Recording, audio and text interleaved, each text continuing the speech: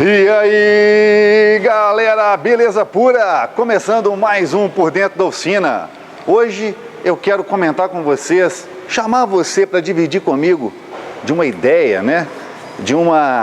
Vamos esclarecer um pouquinho o que vem acontecendo com o mercado, né, automotivo, ou melhor, na parte de tecnologia, tá bom? O que tem sido obrigado, o que tem sido imposto às montadoras para que cada vez menos elas poluam menos também. E automaticamente dá para fazer aí uma ligação em por que muitos carros têm se tornado grandes bombas. Bombas na vida de quem não sabe cuidar do carro, não tem condição de manter. O carro ficou sim muito mais caro de manter. Então, vem comigo. Muito bem, com o passar dos anos, vão sendo impostos às montadoras, aos fabricantes de automóveis, que eles poluam cada vez menos. Eles têm que se virar, cada um com um tipo de tecnologia. Vai espremendo e no final das contas, cai no nosso colo, no colo do consumidor, o custo de tudo isso, de todas essas alterações. Vocês acham mesmo que montadoras estão preocupadas com reduzir consumo de combustível somente? Não. Elas têm que obedecer uma redução de emissões. Senão elas vão pagar multas altíssimas e até mesmo não vão poder construir os seus carros, né? Fabricar os seus veículos em determinados países. Então eles têm que se mexer. Quer um exemplo bem interessante? Olha só o que está aqui. Ford Fusion, um legítimo americano. Um carro americano. Isso aqui nos Estados Unidos geralmente é motor V6. Até a geração anterior desse carro vinha com motor aspirado e depois o motor V6 também aspirado. O que a Ford teve que fazer para se adaptar, para se adequar às novas normas? Agora ela teve que adotar então um sistema de downsize. O que é downsize? É pegar um motor 4 cilindros, compacto, perto de um V6 e sobrealimentá-lo e utilizar uma injeção direta, que é muito mais caro, muito mais complexa. Ah, mas a Ford é muito boazinha, os outros montadores são muito boazinhos. Desenvolveram uma injeção direta para diminuir o consumo. Não! Diminuíram, mudaram, fizeram tudo isso, encareceram o projeto todo, até porque aumenta muito o custo da fabricação de um carro. Colocaram uma bomba de alta que antes não existia, colocaram uma bomba de combustível em algumas montadoras que é pilotada. O que é uma bomba pilotada de combustível? Estou falando daquele que vai lá no tanque, que vai lá atrás, imersa ao tanque. Ela agora, no lugar de ficar o tempo todo jogando combustível com uma tensão fixa, como era nos carros antigamente, não, agora ela pode receber pulso, PWM, de maior ou menor tensão, pilotando conforme demanda do motor. Isso tudo porque, para no final das contas, lá atrás, na saída do sistema de escapamento, ter menos emissões. Então, pessoal, tudo isso que foi colocado, essa quantidade de mangueirinhas, de controle, de ventilação de cárter, dos vapores do tanque de combustível, tudo isso foi desenvolvido, essa quantidade de mangueira e de sistemas que foram colocados, sensores de fase que antes não eram necessários, comandos variáveis, tudo isso vai encarecendo o projeto de um motor, quando na verdade tudo o que se busca é a redução de emissões. E isso traz um problema para o dono do carro no futuro. Quando o carro está novo, quando você compra um carro novo, aí a gente vai para outro caso. Aqui eu falei de Ford, serve para qualquer carro. Quando a gente vai para uma outra marca mais conservadora, que tem menos tecnologia, às vezes assim, ela consegue ter menos emissões com menos recursos. Ela vai conseguindo, vai levando, mas chega uma hora que não tem como escapar. A própria Honda, que é conhecida por confiabilidade mecânica, ela agora também tem o seu motor no Brasil downsize, né? No lugar daquele motor 2.0 com 200 cavalos, aqui no caso, a gente pode vir nessa versão aqui, ó, o novo SI. Esse aqui é o Touring, mas vamos pegar, por exemplo, o SI. Lembra do SI com 200 cavalos aspirado? Aquele ronco animal? Aqui mudou. Esse aqui rende mais potência, mesmo assim porque eletronicamente ele tem esse controle. E aqui a gente está falando de um motor compacto, leve, que emite muito menos poluentes e que também adotou então 1,5 litros e turbocompressor. Agora, olha a quantidade. Quando você pega um motor do antigo SI e compara com esse, você não tem essa quantidade de mangueiras, de controle, de sensores a mais que tem aqui, uma bomba de alta a mais, aí tem que usar um abafador de ruído para uma bomba, tem que canalizar um monte de coisa, tem que usar uma bomba para poder fazer a parte de servo. É uma quantidade de coisa que foi colocada no carro, não é porque as montadoras querem, elas são obrigadas a fazer isso. Todas elas. E quem é que toma maior cacetada? Quem vira bomba primeiro? Quem entrou com essa tecnologia primeiro no país? Foi a Volks. Eu dei um exemplo que o pessoal, os fanboys vieram todos oriçados e tal. Mais uma vez, depois eu fiz um vídeo. É normal que uma marca que está há mais tempo com uma tecnologia, ela tenha problemas também apresentando de forma mais cedo também, né? Honda, Toyota, que estão adotando ou injeção direta, turbocompressor ou a combinação dos dois, todos eles vão começar a sofrer um pouquinho também disso no futuro. Mas a gente tem aí a Volkswagen com os motores TSI e também uma das primeiras, as pioneiras a entrar no Brasil com a tecnologia de turbo injeção direta, está aqui, ó. Citroën e Peugeot, sempre na vanguarda quando você fala de tecnologia embarcada, né? de comodidade, ali ela traz um monte de recurso. E junto com isso vem uma quantidade também de problemas. São mais coisas para poder dar problema. Todos esses carros que eu estou mostrando para vocês têm muito mais coisas para poder apresentar problema. Portanto, mais uma vez o que eu disse em vídeo passado, a Peugeot, a Ford, a Honda, a Toyota ou qualquer outra marca, ela faz carro para um nicho menor, que é quem tem condição de comprar o carro zero. Toda montadora fabrica carro pensando no primeiro dono. O segundo dono já não é problema dela. Já algumas outras montadoras têm aquela visão de que é importante eu cuidar da durabilidade do meu veículo, porque eu ganho confiabilidade. Isso é uma mentalidade de algumas montadoras, a gente pode falar nipo-germânicas, né? Japoneses e, no caso aí, algumas alemãs, você tem carros mais robustos, feitos para durar mais tempo, porém, cobram isso na ponta, tá bom? Mas vem cá, vamos falar aqui de um Peugeot. Esse Peugeot, eu paguei R$27 mil nele. Por que eu paguei R$27 mil num Peugeot 408? Porque o dono já sabia que tinha que trocar a tampa, ele já não queria gastar mais, ele já tinha gastado, ele sabia que tinha que trocar a corrente e ele sabia que tinha que trocar o turbocompressor. Já a bomba de alta já havia sido trocado quando ele era ainda cliente nosso. Mas vamos imaginar a seguinte situação. Uma bomba de alta hoje, que está com preço reduzido, próximo de R$2 mil. Um turbocompressor, hoje, com preço reduzido, R$4 mil. Só aí tem 6.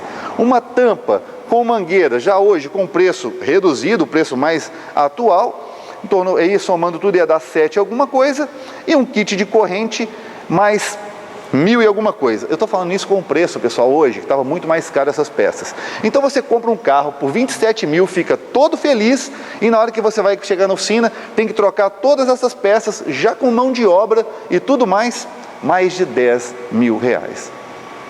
Imagine se eu tivesse comprado então esse carro pelo preço de tabela, eu não sabia que ele tinha esse tanto de problema, e depois eu acabo assustando, vou levar no mecânico, tem lá mais R$10 mil. O carro passa de 37, a tabela 35 para 45, beirando 50. Vocês estão conseguindo entender? Eu sei que boa parte do meu público, a maioria vai entender, porque o meu público hoje, ele é feito por adultos. Depois eu vou mostrar esse número para vocês entenderem por que a gurizada passa mal com o canal. Não é um canal feito para guri. O pessoal que tem aí a mentalidade ainda um pouquinho em desenvolvimento, ainda não sabe a luta que é para você adquirir e manter um veículo. Então, essa é a diferença. Então é importante. Aí eu vou chamar o dono desse carro aqui. Ô Gida, vem cá. Ô Gida, chega aí, por favor. Não está no script, não? Ô Gida, você fez uma viagem agora com esse carro? Isso. Você foi para circuito? Florianópolis, foi lá no circuito Doutor Iê. Ô, galera que estava lá no circuito Doutor Iê, olha, show, né? Foi bacana, vale a pena. Espero encontrar vocês lá na próxima. No ano que vem, né? Isso. Galera, o melhor evento, tá? Vou fazer uma divulgação aqui, nem sei se vai ter, mas a gente está agradecendo que foi muito boa, é conteúdo muito rico. E o Gida foi de carro, né, Gida? Foi você e o Binho. Foi. 2 pessoas. Quantos quilômetros no total? Ó, o total rodado deu 1.650 e pouco. 1.600, 1.700 quilômetros? Vamos arredondar, 1.700. 1.700 quilômetros. O carro foi bem? Foi tranquilo. Acendeu alguma luz? Não. Superaqueceu? Um ponteiro cravado no meio. Média do geral? Ó, deu 14,5. 14,5 andando normal. Você não andou naquele jeito de 90, 80, não. Você não andou normal. Foi 100, 120. Dependendo de onde dava para andar. Ar ligado? Ar ligado. O tempo todo? O tempo todo. O tempo todo. E 2 pessoas, legal. Hoje, você está satisfeito com o carro? Super satisfeito. Porque você já comprou o carro sabendo da condição real dele, né? E já tinha feito a manutenção principal. Pois é, segurança, né? Olha só. Pensa bem, o Gida pegou o carro, eu passei esse carro para ele, mas o Gida pegou esse carro porque ele sabe do que foi feito. E você que está aí do outro lado?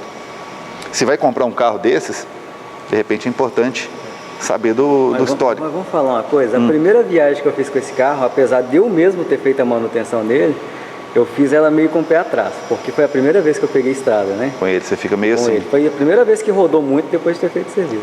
Aí depois foi onde que gerou a confiança. Tá tranquilo. Outro ponto importante nessa pegada que a gente está conversando aqui é assim, galera, não tenho pauta não, tá? Não é pauta não, aqui é real, tá? O Gida completou o nível de óleo desse motor. E aí ele foi, voltou e rodou 1.700 quilômetros. Mostra pra galera quanto que consumiu de óleo, Gida. A gente vai mostrar para vocês porque tem a ver com o assunto também emissões, tá? A primeira coisa que faz é descartar a primeira leitura.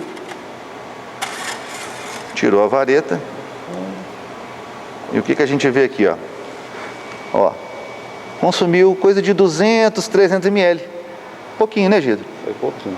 200, 300 ml, mas consumiu. Por que consumiu só isso? Ah, mas o meu carro, ADG, eu rodo com ele e não consome nada. Então tem algum problema no seu carro. Porque se não está consumindo óleo, tem algum problema. Se você acha que é vantagem, tem que ter um consumo normal. Porque está acontecendo a lubrificação, está passando um pouco de lubrificação ali pelos anéis, ele tem que ter uma lubrificação eficiente. Se não estiver consumindo nada, é estranho, porque tem que ter. Não só por causa do próprio consumo do lubrificante passando ali pelos anéis, como também pelo efeito blow-by. O óleo ele aquece, forma-se um vapor, a pressão dentro do motor e existe o efeito blow-by, que também tem a ver com emissões. Então vamos lá, o que está acontecendo hoje no mercado desses motores modernos? Foram adotados lubrificantes de baixíssima viscosidade. Ah, é um óleo melhor, vai proteger melhor o meu motor? Não é só isso. Para que esse lubrificante de baixa viscosidade proteja o seu motor, ele tem que custar muito caro, porque ele recebe uma quantidade de aditivos para suportar e compensar essa baixa viscosidade. Porque baixa viscosidade também é para diminuir carga por bombeamento, né? Você tem, enquanto a bomba de óleo está fazendo força para circular aquele óleo mais viscoso, quando você coloca um óleo menos viscoso, diminui. Está vendo que vai somando pedacinho por pedacinho? É um turbo, é um variador de fase, é um coletor modular, é uma bomba que é pilotada, uma bomba de combustível, é um óleo menos viscoso, é uma bomba de óleo, acreditem vocês, uma bomba de óleo. Esse motor que vocês estão vendo aqui agora, o THP aplicado na linha PSA, ela é pilotada, ela varia a pressão dependendo da carga, não é aquela bomba fixa, como a maioria dos motores. Tira-se então, pilota-se ela como se pilotasse uma bomba de combustível, e aí diminuindo a exigência do motor. Até mesmo esse motor, a bomba d'água também é pilotada. Olha só a quantidade de coisas, de tecnologias que vão sendo adotadas para a redução de emissões. Não é para ficar bonito para você na fita e gastar menos combustível, não. Reduzir emissões. Consequentemente, quando você diminui emissões, de bônus, reduz o consumo.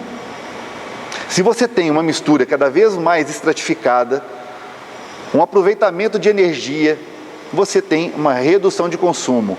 Mas tudo isso que está nesse motor, bomba d'água pilotada, Bomba de combustível de alguns modelos foram, depois eles não colocaram mais, não foi necessário, talvez a diferença não é tão grande. Bomba de óleo pilotada, tudo isso, mas colocam isso no carro para poder dar defeito. Não, isso custa caro. Custa muito caro para a montadora colocar um motor desse. Sairia muito mais barato se não tivesse bomba de óleo pilotada, se não tivesse bomba de combustível pilotada, se não tivesse essa quantidade de coisas aqui para fazer essa gestão, e o carro ia rodar numa boa. Estão entendendo? Legal entender o porquê que esses carros podem virar bomba na mão de uma pessoa que não tem a condição?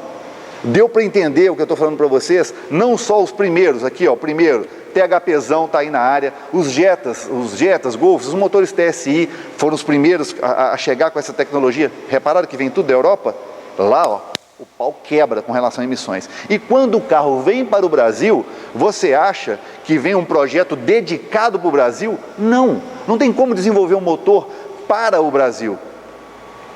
O que fazem é uma adaptação, geralmente de software, para poder digerir o nosso combustível, que não é bom. Não é bom o nosso combustível. A nossa gasolina não é boa porque tem quase um quarto, mais de um quarto dela é álcool. E o álcool faz mal para muitas partes do motor, principalmente componentes de injeção eletrônica. Entenderam? Estava conversando com montador esses dias, eu não vou falar nem que montadora é, duas montadoras, e eles disseram uma coisa: a pior coisa, o que traz o pior problema para o brasileiro hoje no desenvolvimento e venda dos carros é ter que colocar os veículos flex. E muita gente não faz conta sobre isso. Eu vou tomar uma água e volto daqui a pouquinho. Galera, vamos voltar aqui. Eu tomei uma aguinha, a boca fica até seca, hoje eu estou falando pra caramba, porque eu poderia muito bem nem entrar nesse tipo de assunto. Deixa com que as pessoas tenham os seus problemas para lá. Mas o meu canal há 12 anos, ele só cresceu porque eu sempre alertei as pessoas. Eu sempre fui muito transparente com relação a informar o cliente o que ele está comprando, deixando de comprar. Por incrível que pareça, vocês acreditam que tem pessoas que entram em contato com a gente falando assim: ô DG, o que você acha do carro tal? Estou pensando em comprar. Não vou nem falar a marca. Eu vou e falo: ô chefe, se eu fosse você, compraria outro tal. Ele vai e fala assim: ah não, mas é porque isso e aquilo. Então eu vou e falo: você não está querendo minha opinião, você quer que eu endosso o que você pensa? Não, eu vou falar sempre o que eu penso. Todos os carros hoje vendidos no mercado, nos mercados aí com mais de 5 anos, e que tenham todos esses avanços tecnológicos para redução de emissões, principalmente, né, que você acha que o motor está muito evoluído, que é muito moderno, motor premiado, tudo mais, é premiado. Mas fique sabendo que é por causa de níveis de emissões que eles colocam. Bom, então eu mostrei para vocês aqui um carro que é considerado bomba, mas que se você der a manutenção de forma correta, não vai ter problema, mas pode virar uma bomba financeira se você comprar sem saber o que está acontecendo, ok? Estou mostrando uma futura dor de cabeça que pode começar a acontecer, porque esse carro está ficando acessível também, que é aí o Ford Fusion, motor EcoBoost. Tem a linha TSI também, que você tem que ficar atento também, vai começar a apresentar problemas depois com o passar do tempo, é desgaste normal, pode acontecer com qualquer carro. No futuro, com a tecnologia, mesmo nos carros mais robustos, que é a linha Toyota e Honda, também, porque agora eles tiveram que chegar também no downsizing. Algumas, no caso da Toyota, por exemplo, não quis entrar com a parte de turbo no Brasil. O que eles fizeram para poder conseguir ter uma emissão de poluentes baixa? Estão eletrificando seus carros, ou tornando híbrido. Ou seja, no final das contas, a soma do funcionamento por quilômetro rodado, aliado ao motor combustão, injeção direta, mais o sistema elétrico, ele tem redução de emissões sem perder desempenho. Está entendendo a manobra que cada uma está escolhendo? Pois é, isso tudo faz parte de estratégia. Agora, vamos falar de um carro bem injustiçado no nosso mercado? Vamos falar de uma bomba que ela é sempre zoada, gozada na internet, mas de fato virou uma bomba. Virou uma bomba porque agora nós não temos mais peça de reposição, não temos mais... ficou caro. Quem compra esse carro hoje em dia não tem um poder aquisitivo para poder manter um carro com essa tecnologia.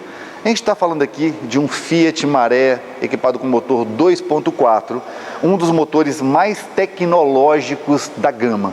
Ou seja, juntamente com o 1.8. O motor 1.8 do Marea mais o 2.4 são os que mais têm recursos tecnológicos para redução de emissões e até mesmo são motores que têm um consumo de combustível baixo, perto dos concorrentes da época. Se você pegar um Fiat Marea 2.4 e comparar com o motor 2.4 Chevrolet da época, ou um 2.0 Volkswagen, você vai ver que era um motor muito avançado para a época dele, tá? Um motorzaço, carrão.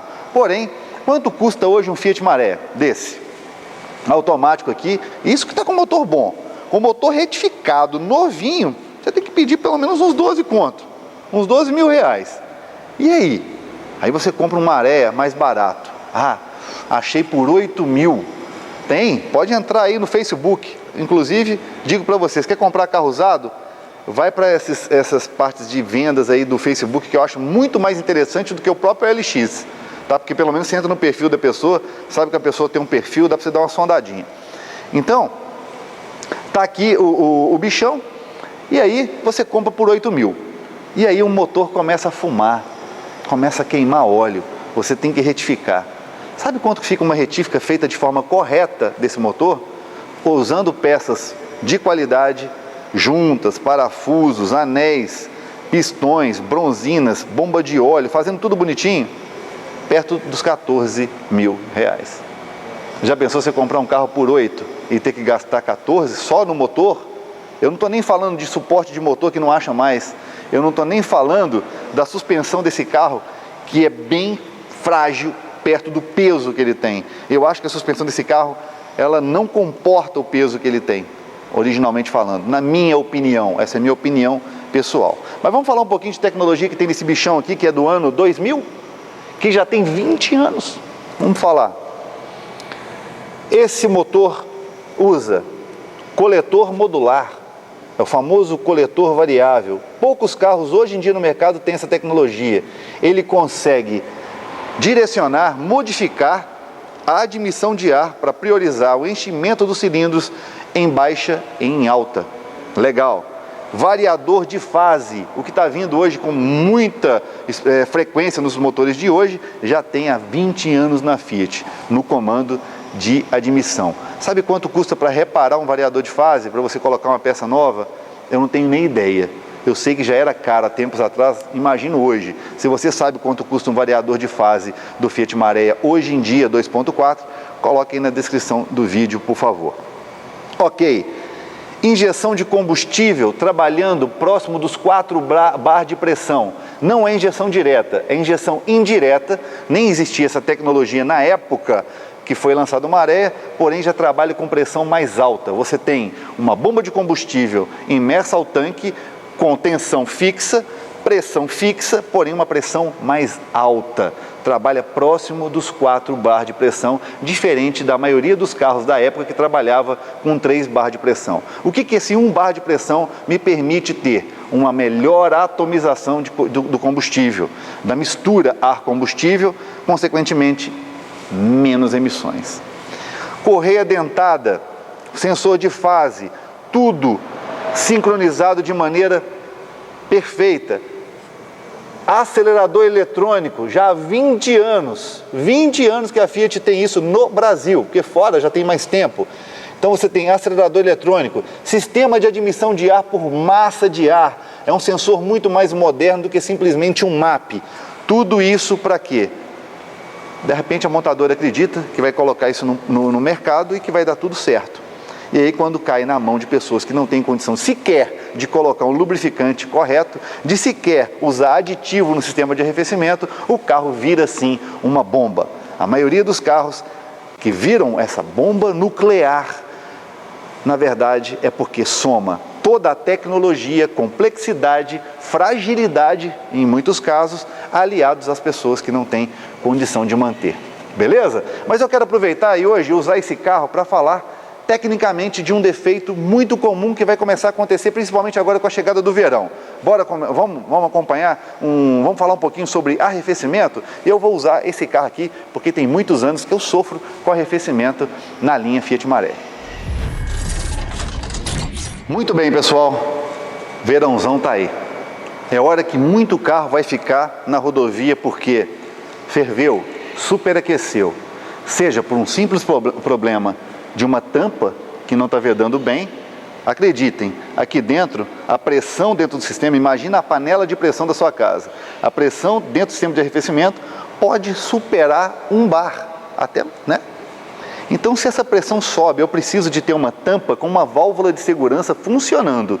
Então, ela vai segurar até uma certa pressão, que é normal do sistema, porém, ela tem uma válvula que libera caso essa pressão passe daquilo que foi projetado para suportar. Então, se você tem um problema de válvula na tampa, você vai permitir que a água saia e você vai ter um superaquecimento do veículo.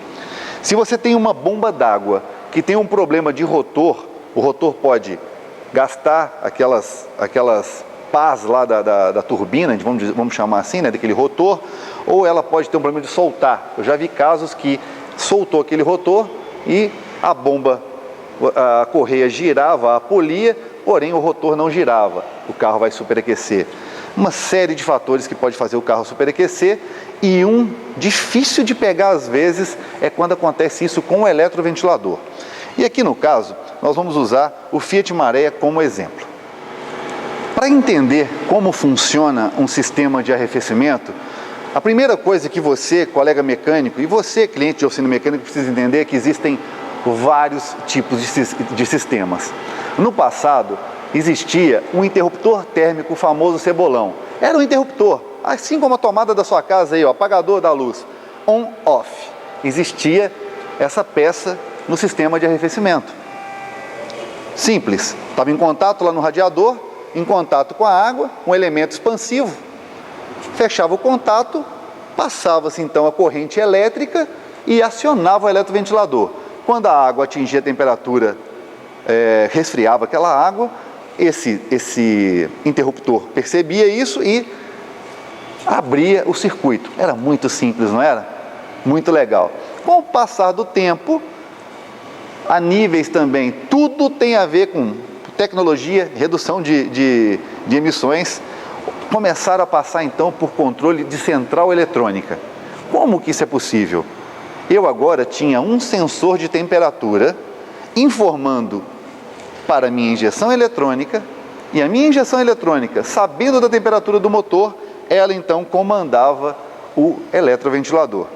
Não é interessante? Então você tem, olha só, um circuito que era muito simples, agora ele começa a ficar um pouquinho mais complexo. Olha como é que a coisa vai acontecendo, e você está aprendendo isso aqui com a gente, tá? Muito bem, já o Fiat Marea já conta com essa tecnologia. Ele tem então um sensor de temperatura informando o tempo todo para o módulo de injeção, e o módulo de injeção comanda os relés de ativação. Então aqui nós temos duas velocidades. Eu já passo, no lugar de ter aquele cebolão que ativava e desativava uma velocidade, agora eu tenho dois sistemas. Eu consigo, através da central de injeção, através da temperatura que a minha central de injeção sabe, ela fala, eu tenho que comandar o relé de baixa ou eu tenho que comandar o relé de alta, dependendo da temperatura que o motor está. Então eu tenho circuitos diferentes, ativação de relés, e esse relé vai alimentar o meu motor elétrico, passando por resistência ou não. Olha que interessante, eu tenho um motor, um motorzinho, e eu tenho um resistor chegando. Ou a corrente vai passar pelo resistor, menor intensidade, menor velocidade, ou ela vai passar de forma direta com rotação mais alta desse ventilador. Tudo isso eletronicamente, modernidade, bacana, não é ou não é? Ah, mas as coisas mudaram, as coisas estão evoluindo e a gente vai chegar nessa parte daqui a pouco. Agora eu preciso revisar o meu sistema de arrefecimento. Eu preciso saber se o defeito do meu Marea está realmente no eletroventilador. E para isso a gente precisa de informação técnica. Vamos lá, aqui eu vou entrar então na parte de diagramas elétricos. Por que eu vou entrar nessa parte? Porque eu preciso entender como funciona, qual é o sistema que equipa esse carro. Eu já estou acostumado com o carro, por isso que eu falei para vocês. Eu já conheço como que funciona. E aqui o que me interessa. Olha só o que me interessa aqui, ó. Essa parte aqui me interessa muito. Principalmente essa aqui de cima. Vai ficar mais fácil para a galera entender. Eu não preciso entender do ar-condicionado agora. Então eu posso fazer isso aqui, ó. Posso fazer isso. Muito bem, vamos lá. Aqui então eu tenho o meu eletroventilador. Reparem, esse carro tem só um ventilador. Tem carros que tem 2 ventiladores, ele usa um só. Quando eu peço para ativar, né, quando o carro chega numa temperatura, a central entende, olha, nessa temperatura eu tenho que ativar então a primeira velocidade. O que ela faz? Relé da primeira velocidade. Olha o que ela faz. Atraca o relé, né, faz aqui, atraca o relé, obviamente ela energiza, fecha o contato e eu tenho então tensão de alimentação no meu eletroventilador passando por um resistor. A carcaça já é aterrada, eu não preciso de um negativo fornecido pela central. Ah, mas o carro agora ele tá mais quente, né? Ele está numa temperatura mais alta, ele precisa de mais velocidade do meu eletroventilador. O que vai fazer? Vai ter então uma alimentação via o relé da segunda velocidade. E reparem, olha só o caminho do positivo, ele vem pós-resistor. Então ele joga tensão direta sem passar pelo resistor. Entenderam como é que funciona a tecnologia? Bom, a gente pode ver isso aqui na prática. A gente pode mostrar para vocês aqui utilizando o scanner Raven 3. Galera, se você está começando a sua oficina mecânica e quer um scanner de bom custo-benefício, está aqui um scanner que a gente está gostando muito de utilizar na oficina. Está bem legal, um abraço para a equipe de engenharia e desenvolvimento da Raven 3, tá? Do scanner 3 da Raven. E até para você que precisa de um segundo scanner também. Você já tem um, já está fritando na alta, precisa de outro, vai te atender bem, tá bom? Mas vamos lá. Eu tenho aqui então uma base de testes de atuadores. Eu posso ver se a lâmpada de temperatura no painel está funcionando. Eu posso testar relé de bomba. Nessa aqui é, na verdade, a lâmpada de diagnóstico. Lembra que o Gida fez um vídeo há pouco tempo atrás mostrando um carro que estava sem a lâmpada? Quando você fez o teste não aparecia, eu consigo testar. E aqui eu tenho um jeito de testar o ventilador em alta e em baixa. Como que a gente vai fazer isso? Verificando. Isso aqui você já mata o defeito rapidamente do seu cliente na oficina. Antes de sair condenando outras coisas, já vai no ventilador e vê. Por quê? Olha só. Se o defeito for no eletroventilador, não vai dar código de falha. Se o defeito for no circuito, um relé, alguma coisa, você vai conseguir pegar isso com o scanner. Mas se o defeito for o motor, a central está atracando o relé, para ela está tudo bem. Ela não sabe o que acontece pós-relé. Porém, deu para entender? Vamos lá, vamos fazer esse teste. Ô Gida, eu vou te pedir por gentileza, vou usar aqui uma lanterninha, para mostrar ao pessoal. Ô Pikachu, vê se dá uma visão legal do ventilador aqui, tá dando para ver? O hélice. Tá. Dá para ver? Melhor, a hélice, né? Dá para ver, não dá? Dá. Legal. O Gida vai dar um comando para acionamento do ventilador de baixa, Gida. Vai no de... Não, esse é o de alta. Você mandou de... Tá bom, vamos deixar o de alta mesmo. Mandou ativar o de alta. Girou aí? Ainda não. Não, né? Eu desativei de novo. Vamos lá. Tá. De baixa. Tá atracando o relé. Atracou o relé e não atracou o ventilador. Ó, tem um defeito aqui. Olha só, pessoal, tem um defeito aqui, ó. Estão mandando atracar, ó, alta e baixa, ele faz o barulho do relé aqui, ó. Vou ter que colocar o microfone perto. Ô, Gida, manda ativar de novo. Manda o outro, ó. Ó.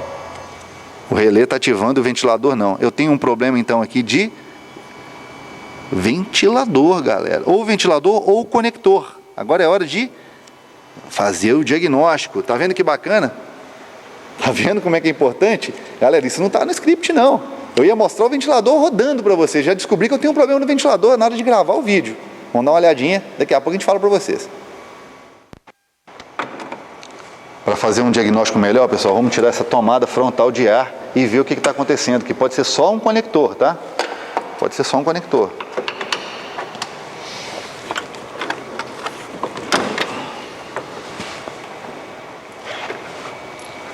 Aproveitando, vou mostrar o pessoal aqui, ó.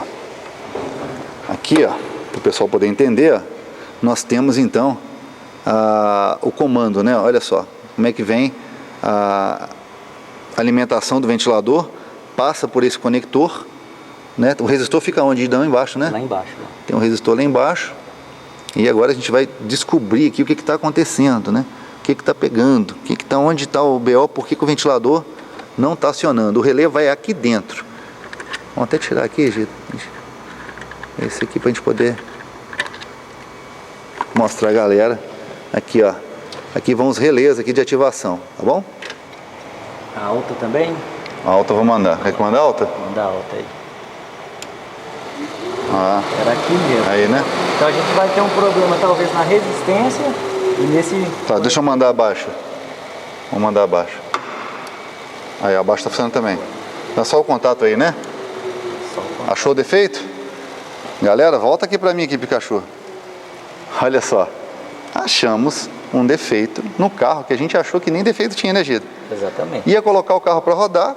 Esse carro não está rodando, depois a gente fez o motor dele, ele era do Binho. A gente vai ter então que reforçar esses contatos elétricos. Não tem falha no ventilador, não grava erro na memória da central.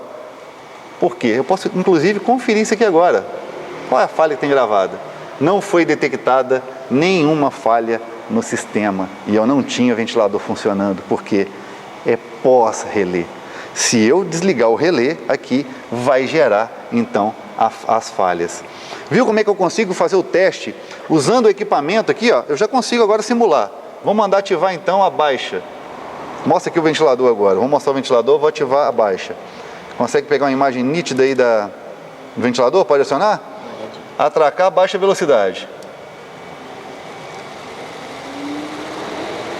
Ventilador rodando numa velocidade mais suave, né? Desativar. E vou ativar agora o de alta. Desativar. Diagnóstico do meu ventilador aí efetuado. Eu não tenho um problema no ventilador. Eu tenho um problema no meu circuito. Eu tenho um problema no meu cabeamento. Tá velho, tá cansado, tá com mau contato, o famoso Osmar. E mais uma vez, só para mostrar para a turma, ó, o defeito está aqui, ó. A gente vai ter que, de repente, reforçar esse conector, substituir o conector, até mesmo em alguns casos, né, fazer uma solda, alguma coisa. Tem que reforçar. O defeito era só nesse componente aqui, beleza? E se eu precisasse, então, trocar o meu eletroventilador? A gente efetuou alguns testes aqui, vocês acompanharam com a gente um teste normal dentro do ambiente de oficina mecânica. Mas eu poderia ter um problema de eletroventilador? Poderia. Eu ativando velocidade 1, velocidade 2 e com o meu circuito elétrico legal, meus relés ok, fusíveis ok, então eu tinha que trocar o meu eletroventilador. Eu posso fazer um teste direto na bancada, não posso? Vem cá, para ilustrar para vocês, para ficar mais fácil de entender. Eu poderia muito bem pegar o ventilador, eu coloco na bancada e simulo a alimentação daquele ventilador. No caso de modelos como esse aqui, que usa módulo de gerenciamento de alimentação dos eletroventiladores, no caso aqui, ó, são 2 eletroventiladores, então já fica complicado fazer esse teste. Entenderam? Entenderam como é que o buraco é mais embaixo? Olha só como é que esse daqui já tem 2 ventiladores, né? Um para o sistema de arrefecimento, o outro exclusivo dedicado ao sistema de ar-condicionado. Quanto custa o ventilador? Geralmente hoje o ventilador custa caro. Um ventilador desse daqui, que a gente trocou de um Volkswagen Tiguan, pelo que foi passado para a gente, custa mais de 10 mil reais. Falou 12 mil. Eu não consultei ainda, depois eu vou consultar. Eu acho que não está certo esse valor. 12 mil reais num eletroventilador é surreal, eu acho que não é verdade isso. Então eu vou consultar. Mas vamos imaginar que custe 4 mil. Ok? 4 mil. Aí você hoje tem a opção de um bichão novão da Drift, que é parceiro do nosso canal, e você pode colocar um eletroventilador novo, tem para vários carros. Você vai entrar em contato aqui, ó, você pode pegar, você que é dono de oficina mecânica, distribuidora de peças, a Drift está com um produto, uma gama de produtos de alta qualidade, com garantia e que funciona muito bem, custando muito mais baixo. Então é bom para o seu cliente e bom para você, que é o aplicador, o mecânico que vai fazer a substituição. Esse modelo aqui, para vocês terem uma ideia, é o mesmo desse daqui e custa R$1.000. R$1.000. Ou seja, se for realmente 12 mil, né, custa menos de 1/10, e se mesmo que custe R$4.000, custa 1/4 do valor, dá para você trocar 4 vezes. Legal? Então, parceirão nosso aqui, ó, é a Drift. Você recebe embaladinho, numa caixa bacana, toda lacrada, com garantia, coisa boa que a gente vem aplicando aqui. Então eu quis, pessoal, falar para vocês da importância do sistema de arrefecimento, principalmente nessa época do ano que começa a rolar esse verãozão aí, né? Começa a ter chuva, ar-condicionado ligado o tempo todo, acredite, quando você está usando o ar-condicionado, independente do seu carro estar quente ou não, isso aqui frita na alta o tempo todo. Tá o tempo todo. Esse daqui já usa um sistema pilotado, né? PWM também, ele é por demanda, não fica o tempo todo ligado, como é o caso do Fiat Maré e dos carros mais antigos. Esse aqui, olha, ele aumenta e diminui a velocidade, ele é variável, não é só baixa e alta. Esse daqui consegue variar a rotação em diversas situações, é mais moderno. Por isso que quando eu abro o bico, sai um pouquinho mais caro. Gostaram do que vocês aprenderam hoje? Esse tipo de vídeo agrega para vocês? É interessante? Deixe nos comentários, porque eu quero voltar nessa pegada, tá? Eu quero começar 2020 assim, mostrando para vocês o beabá do automóvel aqui no canal da Hi-Torque. Gosta da forma que a gente trabalha? Gostou da forma que foi feito o diagnóstico do maré na parte de arrefecimento? Pois é, esse tipo de trabalho a gente faz aqui no nosso estúdio em Vinhedo.